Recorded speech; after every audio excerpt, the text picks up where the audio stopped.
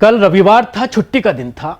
उत्तर प्रदेश में एक पूरी अथॉराइज मस्जिद को ये कहते हुए उसका एक हिस्से को डेमोलिश किया गया प्रशासन के जरिए कि ये सरकारी ज़मीन पर बना हुआ है।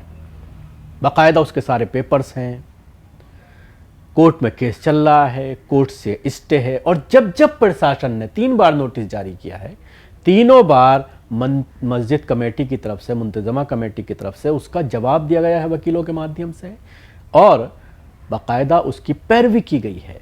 यहाँ तक कि जब इलाके के डीएम जांच के लिए यहाँ आए, जांच की गई पूरी मस्जिद की बिल्डिंग की कि नक्शा पास है या नहीं है। बाकायदा नक्शा पास कराया गया, और जो ज़मीन खरीदी गई है उसके पेपर सारा बैनामा है, किसानों से ज़मीन खरीदी गई है, सारे पेपर्स मौजूद हैं।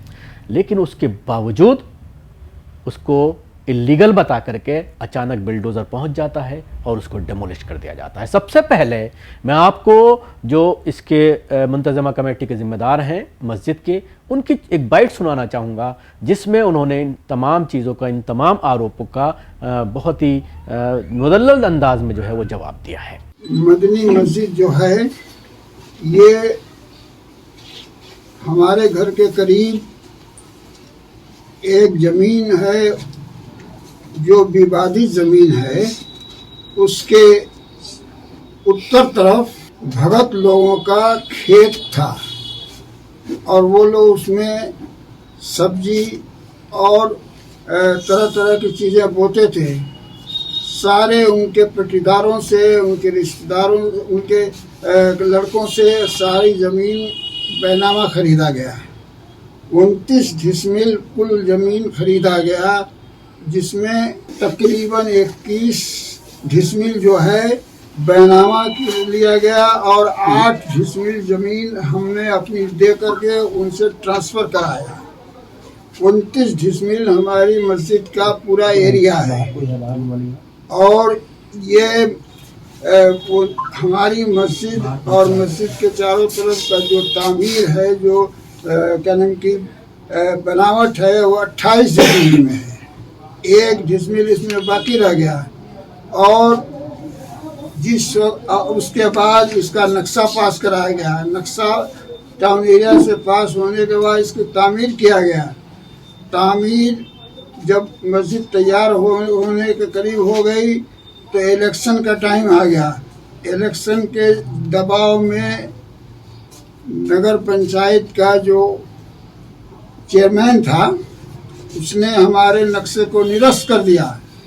फिर हम लोगों ने कोशिश करके हाई कोर्ट से स्टे लिया, फिर अपनी मस्जिद को हम लोगों ने मुकम्मल किया और किसी तरफ 1 इंच भी ज़मीन हम लोगों ने दूसरों के नहीं दबाया, बल्कि अपनी ज़मीन को भी थोड़ा छोड़ दिया और पूरी ज़मीन का 29 डिसमिल का एरिया बना करके और नक्शा पास करा करके हम लोग ने अपने पास रख लिया है और नक्शा भी मौजूद है। सारी बातें झूठ, गलत, उल्टा सीधा कह करके कि इन्होंने सरकारी ज़मीन में और क्या नाम की पुलिस की ज़मीन में या क्या नाम की सरकार की ज़मीन में तामीर किया है। हमने अपनी ईमानदारी के साथ अपने एरिया में जो 29 डिसमिल हमारा खरीदा हुआ क्या नाम की बैनामा वाला कागज़ है, उसी के अंदर हमने मस्जिद बनाया, फिर नक्शा भी पास कराया और फिर उसके बाद जो है उसमें जो रुकावटें आई उनको भी दूर किया और किसी किस्म का इसमें कोई 1% 1 इंच भी गलत बात नहीं।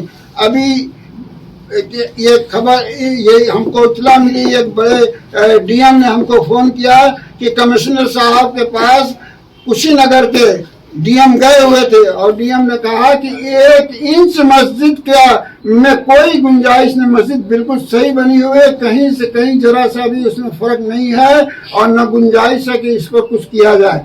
अभी बिल्कुल नई खबर यह है और उन्होंने डीएम ने ये कहा कि डीएम कुशीनगर ने कहा कि ये मस्जिद बिल्कुल सही बनी हुई है, इसमें कोई दो राय है, लेकिन दुश्मनी की वजह से झूठ कह करके और टाउन एरिया ने जो हमको नोटिस दिया, जिस तारीख को नोटिस दिया उस तारीख को हम लोगों ने दरखास्त देकर मौका लिया। 9 दिन का उन्होंने मौका दिया और मौका देने के बाद सारे कागजात हम लोगों ने तैयार करके, कागज तैयार करके और जो है 2 वकील रौनक अली खां पांडे जी वकील के साथ हमारे जिसके नाम से मस्जिद है वो लड़के 3-4-5 आदमी गए और जा करके उन्होंने वो सारा रिकॉर्ड और सारा कागज उनको पेश किया। टाउन एरिया वालों को, टाउन एरिया वालों ईओ को पेश किया। ईओ ने कानून की खुद न रिसीव करा के अपने क्लर्क से रिसीव कराया और रिसीव कराने के बाद कागज को कहा कि हम एडीएम को भेज देंगे, लेकिन एडीएम बार बार कहते रहे कि हमारे पास कागज पहुंचा नहीं, कागज पहुंचा नहीं। और उन्होंने पता नहीं क्या किया, कागज कहाँ गायब कर दिया। और वो जो है कानून की कार्रवाई, उसमें एक स्टे भी था। स्टे में ये था कि 3 हफ्ते के अंदर आप जवाब दीजिए। 3 हफ्ते से ज्यादा हो गया, हम लोग जवाब का इंतजार कर रहे थे। जब जवाब मिल जाए तो हम लोग कार्रवाई किया जाए, और जवाब उन्होंने दिया नहीं और न पता चला कि कागज कहाँ गायब कर दिया। शासन द्वारा मस्जिद ध्वस्तीकरण की कार्रवाई की गई है। जी हाँ, क्या कहेंगे उस पर? भाई उनको धोखा दिया, शासन को धोखा दिया गया है। धोखा, बिल्कुल झूठ फ्रॉड धोखा दे करके उनको गुमराह किया गया है। इसके वजह से ये सब काम हुआ है। 1% भाई, 1 पॉइंट भी कोई इसमें हमारे मस्जिद में, हमारे बयान में कोई गलती नहीं है, न कोई झूठ है, न कोई वो, सब ये धोखा है। प्रशासन का कहना है कि 1 मंजिल का नक्शा पास कराए हैं और 3 मंजिल बनवाए हैं। दूसरी बात कि 3 नोटिस हमने दिया है, तीनों का जवाब उन्होंने नहीं दिया। तीनों का जवाब हमने दिया है और जवाब उनसे रिसीव कराया गया, वो कागज हमारे पास मौजूद होगा। और तो प्रशासन जो कह रही है झूठ है। मस्जिद तो एक ही मंजिल बनी है, लेकिन उसमें बारजा बना हुआ है। जैसे होता है ना, थोड़ी दूर आधा बना दिया, थोड़ी देर उसके ऊपर बना दिया, ताकि ऊंचाई के वजह से उसमें 3 क्या कहते हैं उसको, छत्ती बनी हुई है। हाँ, 3 छत्ती बनाया गया है। और उसमें अधिकारी जो आए थे चेक करने के, उन्होंने देख कर भाई इनका लिंटर तो एक ही है, मस्जिद तो एक ही मंजिल की है, लेकिन जो इसमें छज्जा बनाया गया है, इसलिए बनाया गया है कि ज्यादा से ज्यादा आदमी नमाज में खड़े हो जाएंगे। तो 2 छज्जा बना हुआ है। अब वो 2 छज्जा को मंजिल कह रहे हैं। मंजिल तो वही होगा जो आखिरी में लिंटर होगा, वो एक ही लिंटर है और एक ही मंजिल मस्जिद है, लेकिन उसको झूठ बोल करके, धोखा दे करके 3 मंजिल बोल रहे हैं। आपने सुना कि किस तरह से तमाम पेपर्स मस्जिद कमेटी के पास मौजूद हैं। 1 फ्लोर का नक्शा पास है, एक ही फ्लोर बनाया गया है, हाइट ज्यादा ऊंची रखी गई है मस्जिद की, जिस तरह से आमतौर पर मसाजिद की हाइट हुआ करती है। और उसके चारों तरफ जो है वो छज्जा निकाला गया है जो 3 मंजिला है। तो उसको लेकर के यह आरोप लगाया गया कि मस्जिद की 1 लेंटर की इजाजत थी और ये 3 लेंटर डाले गए हैं। हालांकि लेंटर एक ही डला हुआ है।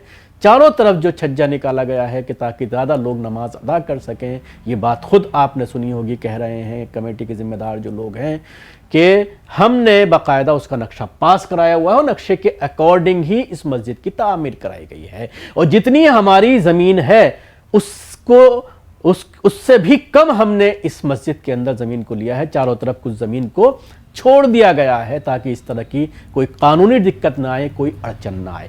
आपको याद होगा कि सुप्रीम कोर्ट ने ज़बरदस्त फटकार लगाई थी और सिवाय इसके कि अगर कोई प्रॉपर्टी सड़क की चौड़ीकरण में आती है या फिर कोई डेवलपमेंट पर आड़े आती है तो ऐसे में डिमोलिश किया जा सकता है, नहीं तो बाकायदा मौकिल को पूरा टाइम दिया जाएगा, उसको पूरा जो लीगल प्रोसीजर है उसको पूरा करना होगा और उसके बाद ही कोई डेमोलिशन की कार्रवाई हो सकती है। लेकिन उत्तर प्रदेश सरकार, योगी पुलिस, योगी का प्रशासन सुप्रीम कोर्ट की भी नहीं मानता। सुप्रीम कोर्ट को भी धता बता करते हुए कानून अपने हाथ में लेकर के इस तरह का एक्शन करता है।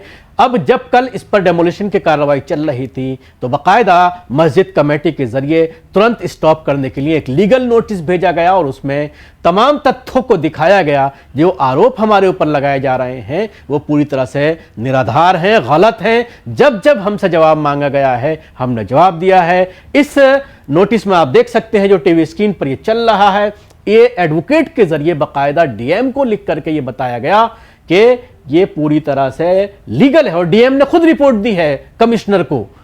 लेकिन उसके बावजूद बुलडोजर चला दिया जाता है कुछ हिंदूवादी संगठनों के कहने पर, उनके ऑब्जेक्शन पर, और इसको एक बड़ी मस्जिद बता करके ये दर्शाया जाता है कि बहुत बड़ी इलाके की मस्जिद बन रही है और यहाँ से ये होगा और वो होगा, जैसे मस्जिद में तमाम तरह के क्राइम हो रहे हों और इस तरह के आरोप लगा करके मस्जिद को निशाना बनाया गया।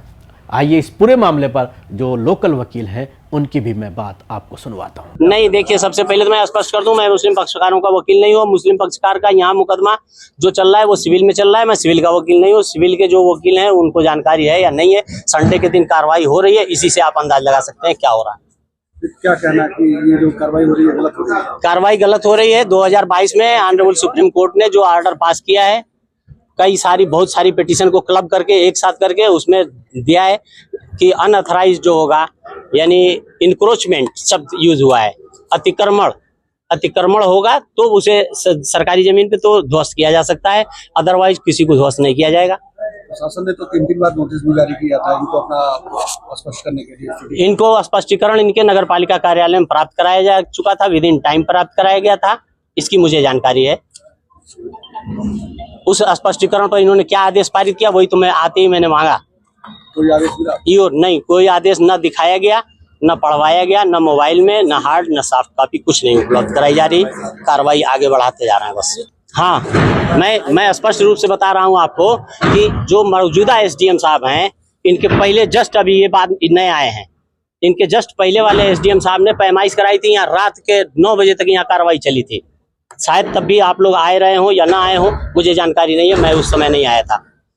तो वो पैमाइश हुई, नापी गई, तो 33 डिसमिल जमीन जो है मस्जिद के पास है और 29 डिसमिल जमीन पर निर्माण है। तो निर्माण तो अपनी ही जमीन से कम एरिया पर है। और जिसने शिकायत करता, सबसे इम्पॉर्टेंट बात, आप लोग सवाल नहीं पूछेंगे तो हमको हर बात तो याद नहीं रहेगी। सबसे महत्वपूर्ण बात इस प्रकरण में ये है कि ये शिकायत की किसने है। क्या शिकायत करता कि कोई जमीन है यहाँ अगल बगल में?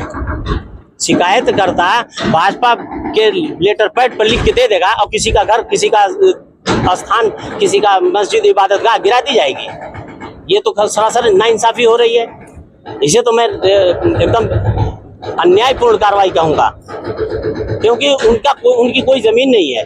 जमीन थाने की है, जमीन नगर पालिका की है और एसडीएम साहब ने पैमाइश करा ली पूर्वाधिकारी ने, तो उन्होंने पब्लिक कर दिया अपनी रिपोर्ट जो है, उन्होंने भेजा, उसको नेट पर डाल दिया कि कहीं अतिक्रमण नहीं पाया गया। तो जब अतिक्रमण नहीं है तो ये इंक्रोचमेंट की परिभाषा में नहीं आएगा। इलीगल अनऑथराइज्ड ऑक्यूपेशन नहीं है, ये कब्जा नहीं है, किसी की जमीन पर नहीं है। न तो थाने की जमीन पर कब्जा है और न ही नगर पालिका की जमीन पर कब्जा है। नक्शे का मामला था, नक्शा भी दाखिल है। स्पष्टीकरण जो दाखिल किया गया था ऑनरेबल हाई कोर्ट के जो स्टे ऑर्डर के साथ, नक्शा भी दाखिल है। उस नक्शे को एक पहले के चेयरमैन साहब ने रद्द किया था, निरस्त किया था। उसके खिलाफ ऑनरेबल हाई कोर्ट तक गए थे ये लोग, पार्टी गई थी मस्जिद वाली, और उस ऑर्डर को रद्द कर दिया गया, क्वेश्चन कर दिया गया था। तो नक्शा तो स्वीकृत है। तो सुना आपने, ये 2022 में एक इस पूरे मामले में लेकर कोर्ट पहुंचा था मामला, और उसके बाद लगातार इसकी सुनवाई चल रही थी।